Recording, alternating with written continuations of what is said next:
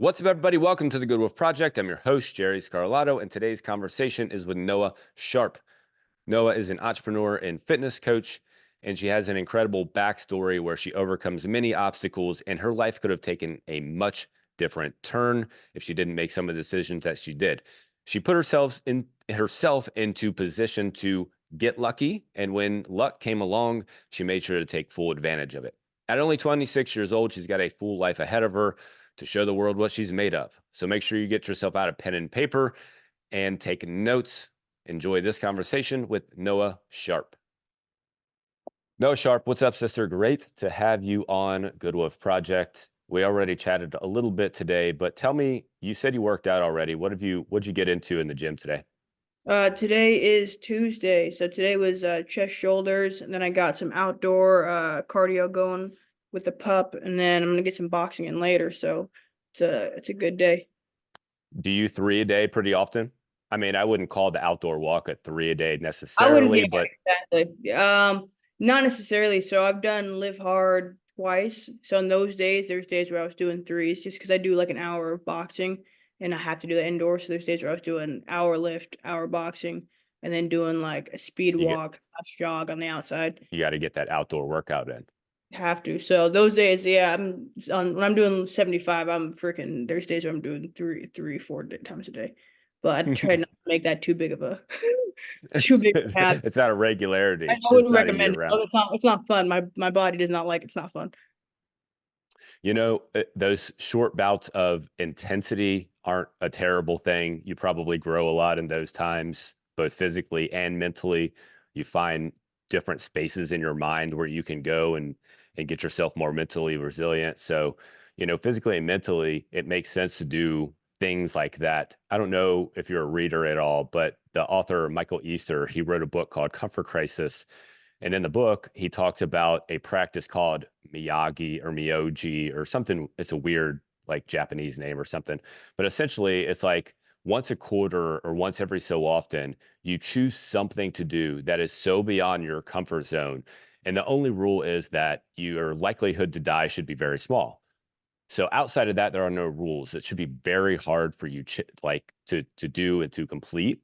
And I'm not saying that like doing 75 hard is an existential crisis for people, but it is a mental challenge. Live Hard itself, the program, and most people don't understand that 75 hard is just part of the Live Hard program, but it's a mental challenge in and of itself. So, do you look at a lot of those things as mental challenges as well, or how did you start getting into like physically challenging yourself regularly like that? I think growing up as an athlete, the physical part, I think, is something that actually comes more natural to me. So I've been doing it for so long, and I think when I started 75, even if the initial desire was I want to do something hard that's gonna get me in shape, I think going through the full Live Hard program, it became like a roadmap for taking full control of your head, and it's shifted my perspective with, going out, it shifted my perspective with food. It's more of an idea of not what is good and bad, but these things won't have control over me. So, Mm. like, when I shifted it to, like, oh, it's not necessarily like, "Don't eat that," but it's like, "Is that really gonna have control over me or I have control over it?" And it becomes this whole thing where you start to really flex that muscle of, I wanna be able to execute, and I know that when I do hard things, it makes me better at hard things, and it just becomes like a 1 plus 1 equals 2 thing where I wanna become the very best version of myself, and I do that when I push limit. I do that when I do things that are uncomfortable. I do that. So I just, you know what I mean? So it's starting, where can I just find little ways to do better? At this point now, like, it's like I convince myself if I walk past a piece of paper on the floor, I'm making a deposit in my negative, not positive. So I have to pick, like, it just becomes like just quantifying everything and making everything this game within yourself. So that's kind of how I view my work, even like my workouts now, because you understand, you've been in the fitness world for, over a decade. It gets monotonous. Working out gets monotonous. Doing a 6 day split, 5 day split gets monotonous. Like, it's not always fun. But when I start to really be aware that I'm just getting better or worse, that's what kind of keeps me tuned in.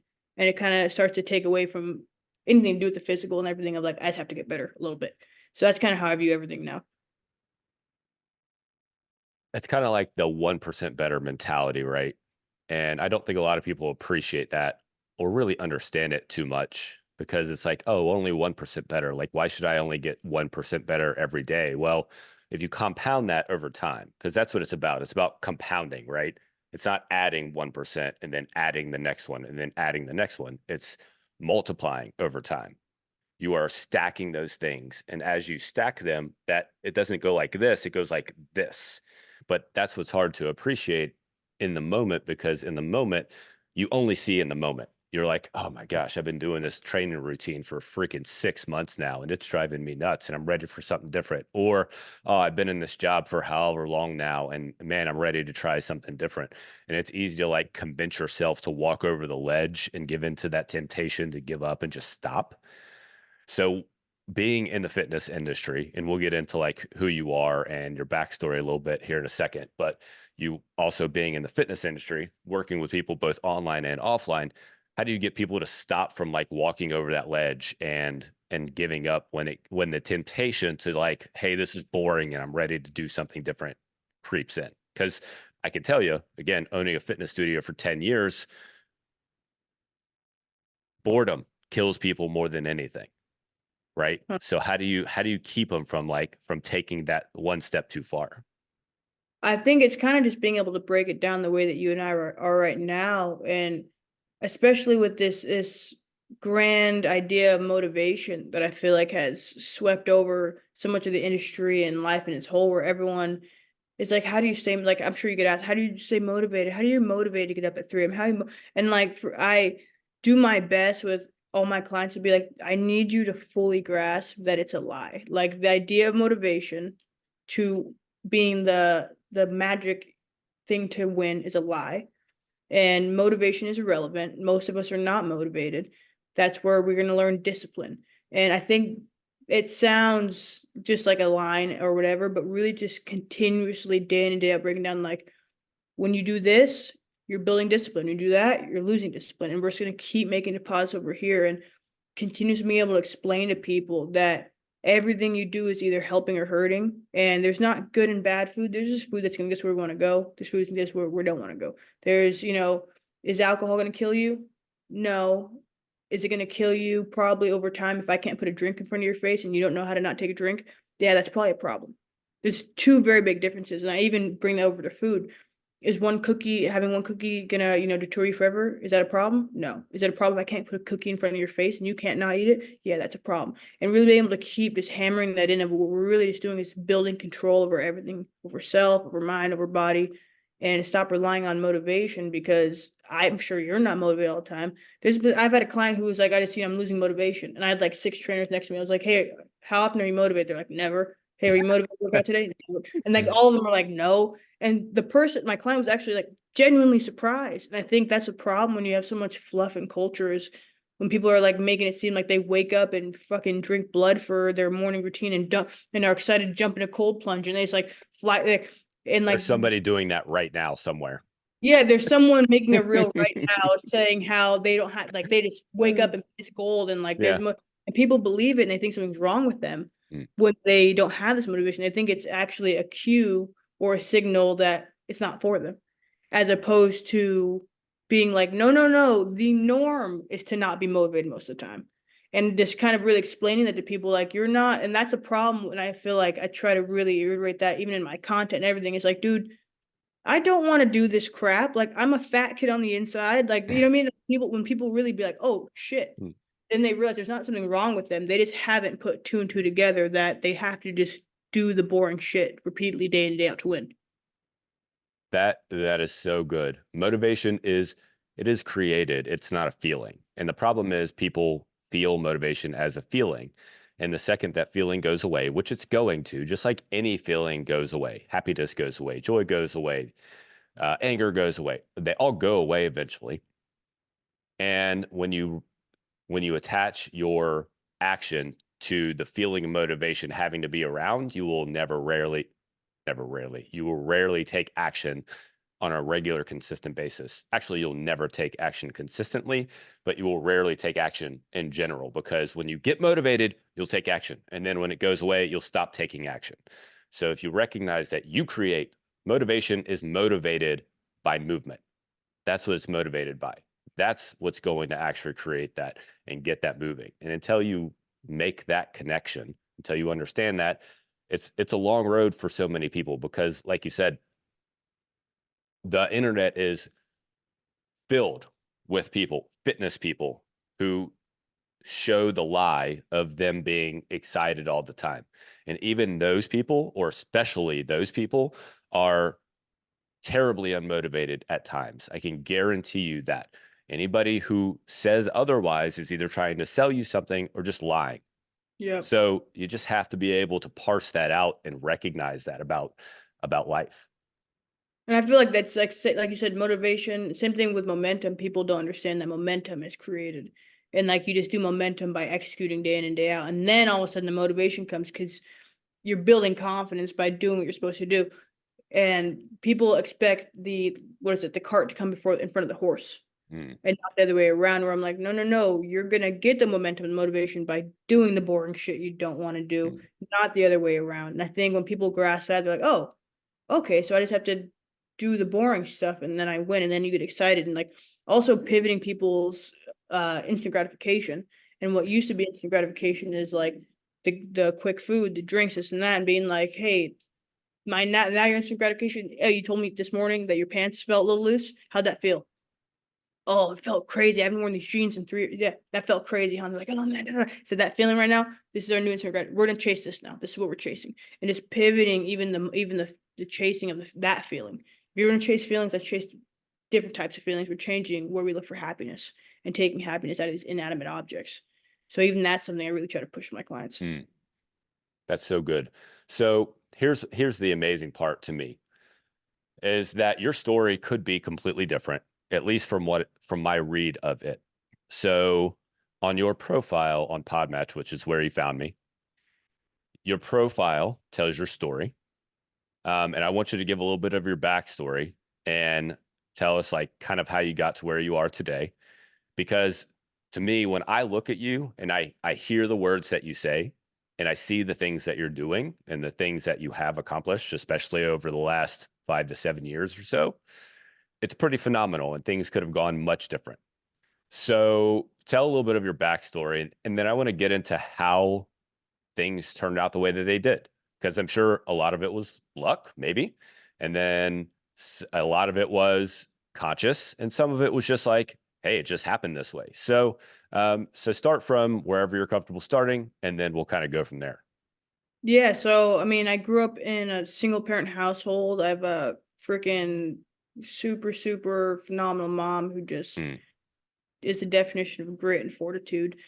And, but, due to the fact that I grew up pretty low income, was pretty much on my own growing up. I have, two brothers and they're 4 years older than me. So it was really just me trying to figuring it out and having minimal parental supervision for the mm, first, I would say, 18 years of my life. mm, So dropped out of high school when I was 17. I was in sports all throughout high school and, doing traveling, but just between I think there's a hierarchy of needs. And when I started working and I was like, okay, cool, I can have money and quality of life and not steal food and this type of thing. mm, Or I can really focus on sports. And even at that point in life, I was like Googling like how much do WNBA players make? And I was like, that doesn't sound right. Even at that point in life, I was like, that doesn't sound right. So yeah, I dropped out of high school at 17 to work full time.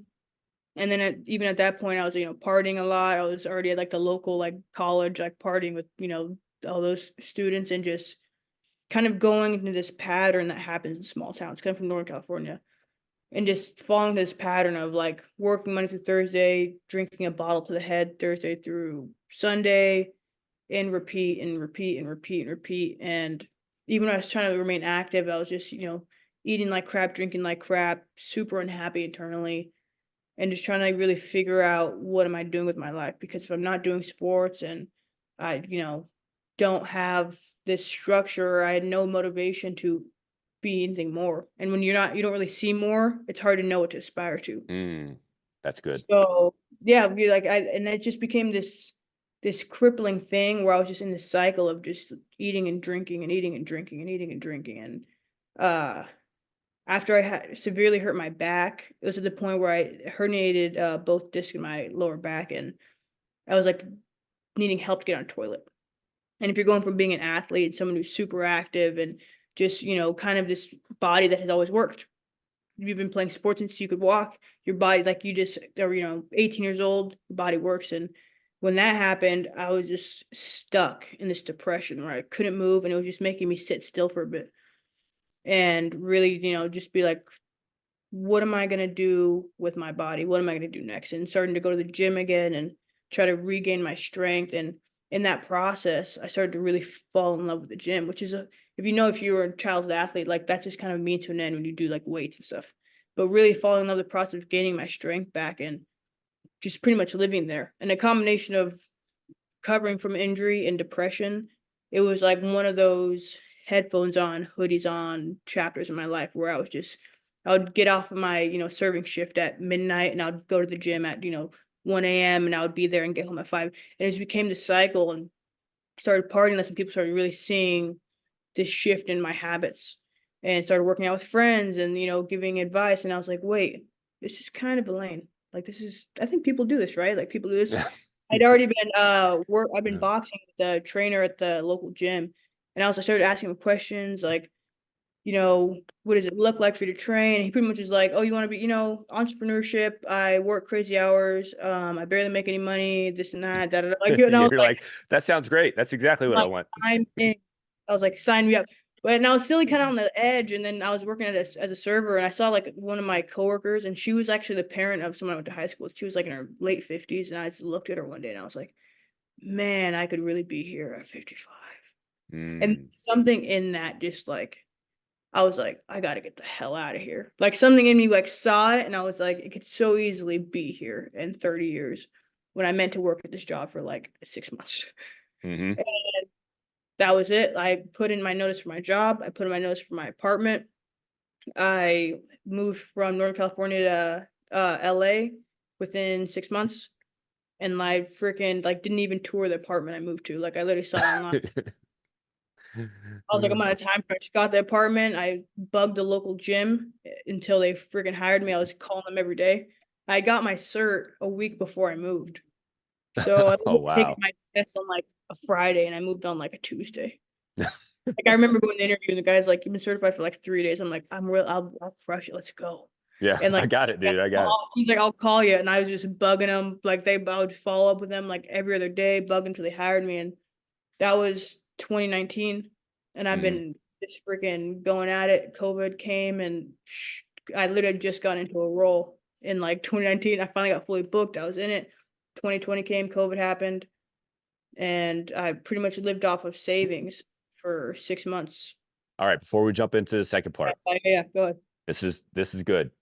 So, what astonishes me first in the beginning, and astonish may not be the right way to put it. So, statistically speaking, this is pure statistics. The likelihood of a child who lives with a single mom uh, growing up and being and having the perspective that you do, statistically speaking, is low. So it sounds like your mom had a level of something that you watched and that you saw that was built into you. You said in the beginning when you said, oh, I grew up with a single parent, my mom, and you talked about her discipline and fortitude. Do you did she have that when you were young? Did you watch that? Is that something that like it kind of like soaked into you and didn't come out until later? Or what do you think about that? I think what my mom has had forever is this inability to be broken. Mm, Because what I have firsthand watched since I was a kid is everything that should and could break someone in life go against my mom and her, whether it's through tears, anger, whatever, keep it pushing. mm, And I think especially like, because I have like vivid memories of my mom just like being in a full depression. Mm. But no matter what, she was waking up, she's going to work 16 hours, she was coming home, making food, going into her room, closing the door, going to bed, and doing the same thing. And still, like, no matter what, there's a fortitude there. Hmm. And even I would say, like, discipline would not even be the word to describe my mother, but it would just be straight this inability to be broken, inability to stop. My mom, she hadn't me and my brothers when we were young, so she just turned 50. And she's now in life getting to experience, like, joy and all these other things, but as a Mm. child, she was a straight, "You guys have to survive. I'm in charge of that. I'm gonna do what's necessary." I think that doing what's necessary is something for me where I'm like, "That's in me." Like, Mm. good and bad, we're gonna do what's necessary, we're keeping it pushing. And it's actually something I've never really thought about until you just said, like, that is something that is if I could have take if there's one life skill I think I would like to take from a parent, it'd almost be Hmm. that. Hmm. Yeah, I can get shit on, ran over, shot at. We're keeping it whether we're limping or crawling, we're keeping it pushing. So I think that is definitely something that if I could take anything, I think I've taken. That's cool. And that is quite the skill or ability to be able to, and whether or not she cultivated that, it was probably just out of pure had to Survival. survive, right? Survive. 100%. Pure survival instinct on her part. The word that I think of when I hear you talking is anti-fragile. I don't Mm. know if you've read that book. It's a very dense book, so I'm not saying that you should, but it's a good book. But anti-fragile is the word that I think of whenever you talk about your mom. She's not willing to break. She's just like you said, she's not willing to just give in and go. She may feel like things just may just be piling on top of her and pile, but she's gonna show up. Next day, she's gonna show up and she's gonna do it. And that's pretty phenomenal. And it sounds like eventually that came out in you. You went through a little cycle where once you dropped out of high school, you kind of drank and had partied and had a good time, but eventually you had that moment at the restaurant where you looked at that 50-plus-year-old and you went, uh-uh, that ain't gonna be me. That ain't gonna be me. 100%. Well, thank God. 100%. I ran. What? And here's 100. the amazing thing is that I, I a lot of people, so our demographic at the gym was 45 to 60 year olds. And of course, I talk to all of them when they come to get them signed up. And a lot of them a lot of them started their careers under that context. Oh, I was just getting this job because I needed a job out of high school. And I was only intending on keeping it for X amount of time. But 30 years later, XYZ, here I am, right? So the ability to have that foresight to look and go, I ain't going to be that 50. Like, not that if that's what she wanted or that other person on the other side, great, that's fine. But I'm going to live a conscious life. 100%. So, how do you feel like that came about? Like you said, you had that moment where you looked and you're like, that's not going to be me. Did you have any inklings going before that? Was it like you were getting antsy before that, or was it like kind of just like a spur of the moment thing? You're like, nah, this is it. I think I had a fear of the comfortability that I had, 'cause in Mm. a time like that, like, you know everybody, you all your friends are there, your family there. If you're, at the time I was making good enough money where I was living on my own, and in that moment when I saw that, the realization was, "If I don't get out of here, I will die here." Mm. Maybe not like, "Oh, I'm gonna fucking go OD or something," but this will be it. Maybe a little bit more, maybe I'll get a little, part-time job at the local, 24, but for the most part, this will be it. This will be my life, and I will die in this town, and I will never have left. And that fear immediately overcame the fear I had of losing my comfortability, because it would have been so easy for me to stay in a place where I had a home, knew everybody, this and that. You can be the biggest fish in the smallest pond, and Mm. it will feed your ego and you'll feel cool for a little bit.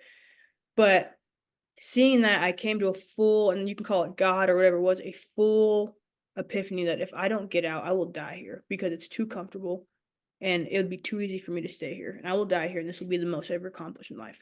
And whatever it was in me knew you are meant to do more than just die in this town. Like the idea of staying there and having accomplished no more than that, I knew wasn't my story.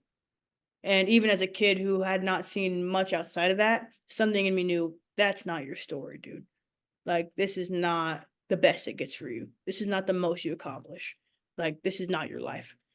And I think oftentimes you have to have the fear of where you're at, of staying where you're at, be greater than the fear of making the jump. And that's kind of when that switch happened.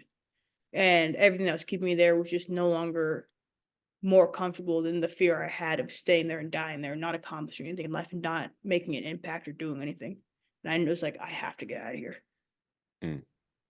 You know, it's funny because that's what actually gets, and you know this, what gets a lot of people going in their fitness.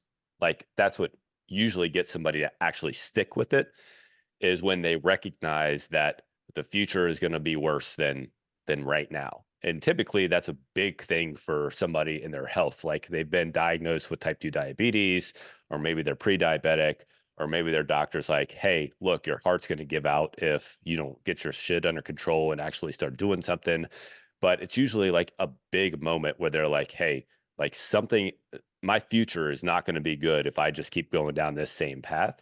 And that's exactly what happens with a lot of people in their fitness is they finally figure it out whenever like the thing happens, the bat. And it's not like, oh man, it's just I got 5 extra pounds on me or I got 10 extra pounds on me. But like that thing happens and it's like that ain't gonna and the thing is like you weren't even there yet, but you had the foresight to be there.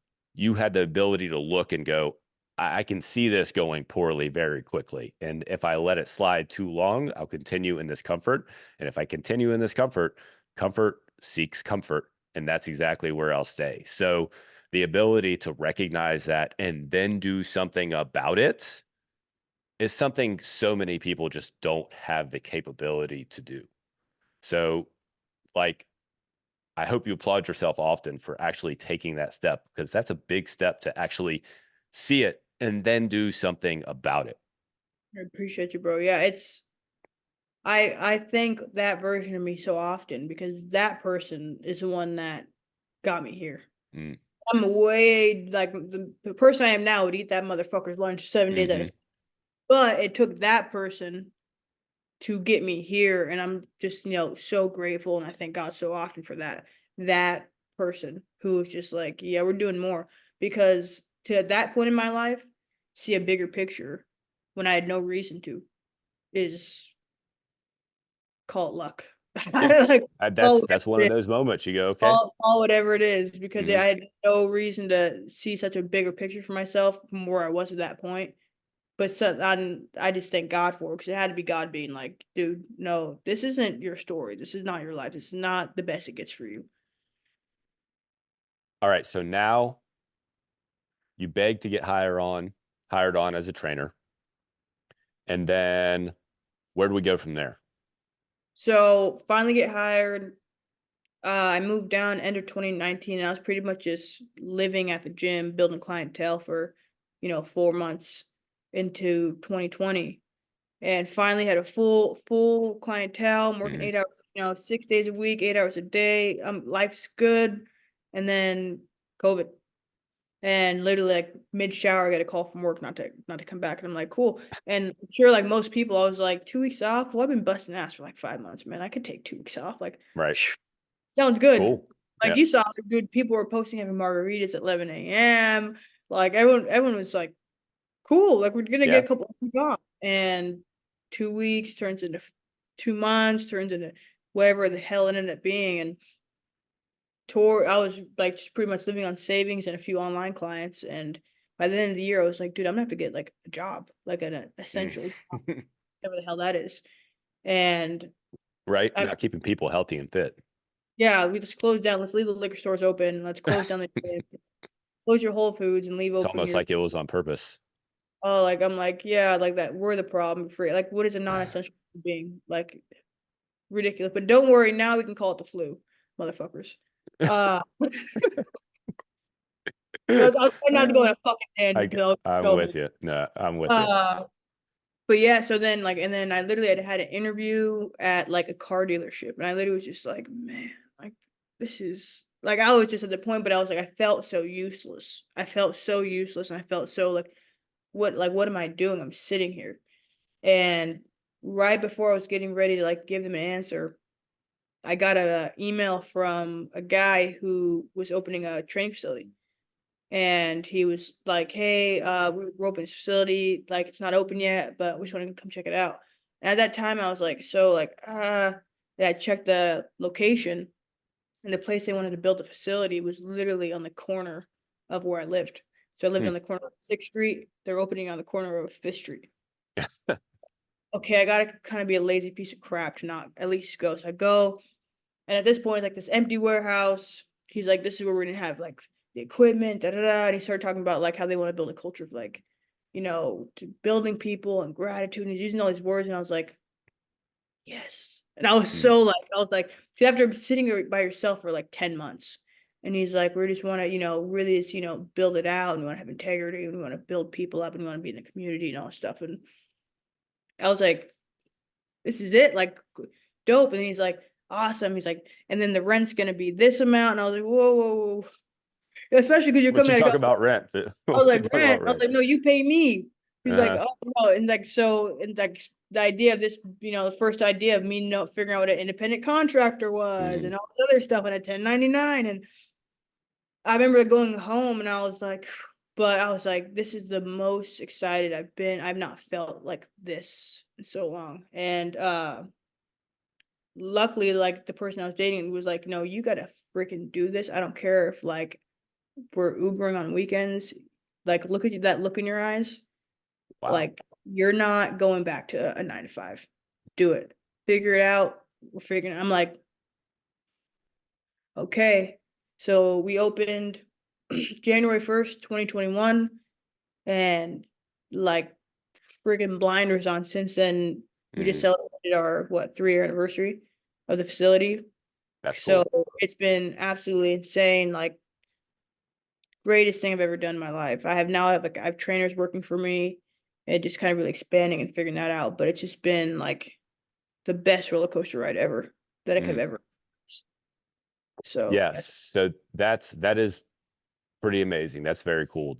The there's a couple pieces of luck in there, right? But you got yourself in the position to be lucky, to be able to take advantage of luck. I think people look at luck and they're like, oh, luck just fell on that person. But like you had to move, you had to make a decision to leave your restaurant, to leave your apartment, to leave your home, move to a different city. I don't know how far away LA is from where you were. I'm assuming a couple hours. 8 hours. 8 hours. I forget how big California is. Yeah. So you had to move 8 hours away and be in, you had to take that chance to move there in order to get lucky to find the right person to then find the facility. So while there's luck there, you had to make a bunch of decisions in order to make that happen, right? You had to take a bunch of risks on your part and bet on yourself a lot in order to actually get to that point.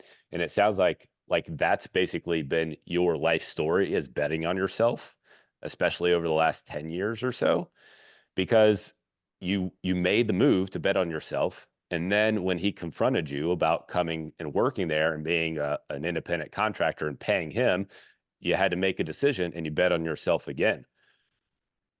And I think this goes back to your mom being anti-fragile or not laying down and just allowing yourself to be broken. But where do you think that ability to bet on yourself kind of comes from? I think often we either run towards examples or away from examples that we grow up with.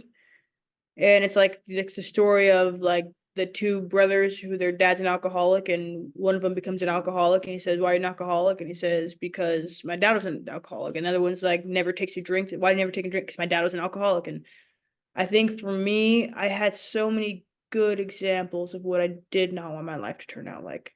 Mm, I think everything I've done, every choice I've made, my mind has always been, well, what is the alternative? What do I have to lose? Because what is the alternative? And Like, for example, staying in, LA when COVID happened, I was like, if I go up north, I'm not coming back. And what is the alternative? Being up there and staying up there? That's not gonna, and always just kind of being able to have that ability to stop and take a step back and be like, dude, like, I wasn't supposed to make it this far. Mm, Like, I didn't think I'd make it to 18, and then I didn't think I'd make it to 21. And it's like, you know, turning to 27 this year, I'm like, I wasn't supposed to make it to 18. So what the hell? Like, why? What are you gonna lose when you grew up in an environment and you're already kind of really beating the odds? You weren't supposed to make it this far, anyways. My income was never even an idea. Like college was not an idea. All these things. So for me to be here, I'm like, dude, you made it this far, and you weren't even supposed to make it that far. So it's like, why not keep betting on yourself? Because the alternative is what? Losing? mm, Trying and losing? I've already made it 10,000 steps farther than I was supposed to be. mm, So it's like, this works because I work. Like, I don't really have it in me to give up because I've made it this far and I'm not going backwards. I'm not gonna, I can go back to being a depressed, suicidal 16-year-old kid in my head and be there and being like, dude, you weren't even supposed to really make it here. So, like, what do you have to lose? You have I only have a certain amount of time. I know exactly where I want to take myself. I know where I want to take my family. All these things, I don't have the option not to keep moving. And if I bet and lose, I'm just gonna have to bet again because I don't have the option not to at this point. mm, Think before it was a, "What do you have to lose?" And now it's like, "Oh, you have so much left to fucking do. mm. If I'm gonna bet and slip up, I better do it quick because I'm gonna have to do it again because we have Yeah. so now we have it's a I have so far left to go and not enough Hmm. time mentality as opposed before where it was like, "Bro, you should have been dead 5 years ago." Like, Mm. like you're already 10 times, you've already lived 3 lifetimes. So it's like now I just constantly see the vision. I feel like there's not enough hours in the day because I know that I'm trying to push like the rock uphill and push the boulder uphill. Mm. So it's like if you fall, I'm like, okay, I have so much left to do. So I have no choice but to bet on myself because no one's ever done it for me. And I know I'm the only person I can get it done. So just like that mentality of like, no one's coming to save you. No one's coming to save you. No one's coming to save you. Okay, you better get up. I can't skip my alarm because no one's coming to do it for me. That is so good. No one's coming to save you. I love the Sisyphus analogy. That's the boulder guy pushing the rock up the hill, and once you get to the top of the hill, the boulder goes back down, and you got to go back down and push it back up the hill again. And it's just a constant cycle over and over again. Entrepreneurship 100%. Over and over. That's fitness, that's entrepreneurship, that's life. That's exactly what it is. Constantly pushing a boulder up a hill. And as soon as you feel like you got to the precipice and you're getting ready to push it over it and it's going to go over it, oh, no, no, nope. It just goes, rolls back down. You got to go grab it. 100%. That's life. 100%. That's so good. Such a good story. I think there's so many awesome nuggets in there. Being anti-fragile, betting on yourself, realizing that you have no option. You have one life to live, so why not live it to the best of your ability and keep moving forward? I'm curious before we jump off, is there anything else that you would want to leave with everybody? Any nugget of wisdom, anything that you feel like people just need to hear before we jump off here? I think it's just kind of that last point I said is, no one's coming to save you. And like, what an opportunity and a beautiful blessing that we all have to really go after life 100%. And I think when you lose pride in the idea of legacy and you lose the concept of legacy and you just live for yourself, I think you forget that you have so much opportunities to touch other people and leave things behind. And you're always making people feel something. You're always leaving a mark in one way or another. So just be super intentional with the mark you're leaving at all times and, use the opportunity. There's some people did not wake up today and we all, you, myself, and I, and anyone who's listening, get this freaking magical opportunity again. Just go after it 100% and just do it with your best of your ability because you never know who's watching. You never know what mark you're leaving. You never know how you're impacting people. And it's a blessing to have the opportunity to impact people every day, one way or another, in a small or big scale. I could second that. No, I appreciate your story. I appreciate your work. I appreciate your wisdom. Where do people find you? Best way is gonna be on Instagram at Noah Sharpe, and it's a E at the end of Sharp, so in case people don't remember that. NOHSHRPE. And then Noah Sharpe Fitness on YouTube. But Instagram's always the best way. Shoot me a DM. I'm always active in the DMs. Very nice, guys. Make sure you go reach out to Noah. Lots of knowledge there, lots of wisdom, great backstory, and a lot of impact still left to have at only being, you said you're about to be 27? 26, I'll be 27 this year. Girl, you got a lot left. You're right about that. Love it. I'll make sure to put all that in the description. Noah, appreciate your time, sister. Thank you, brother. I appreciate you.